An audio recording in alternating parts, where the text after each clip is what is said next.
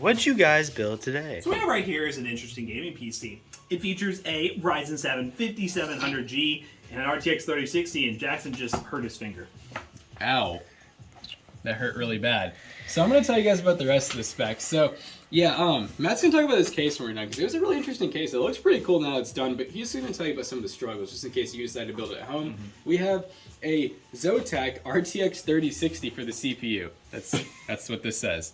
And then we have a Ryzen 5700G for the CPU. Actually, just swap this around. Dual CPUs? Yeah, dual CPUs. An MSI Pro B550M VC, and that is a Wi-Fi Bluetooth board. A Kingston NV2 500 gig Gen 4 NVMe SSD plus a 1 terabyte hard drive.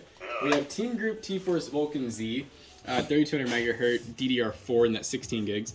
An Intermax Revolution DF650 Watt 80 plus gold, fully modular. And then that's an ID Cooling SE914 XT. And this is the GameX Aero Mini Micro.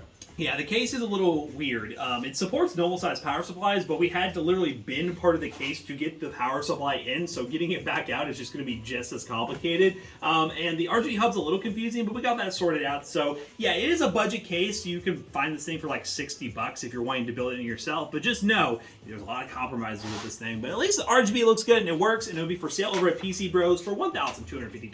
Go to PCBros.tech and use code TOASTFirst2 to save 2% on your next purchase.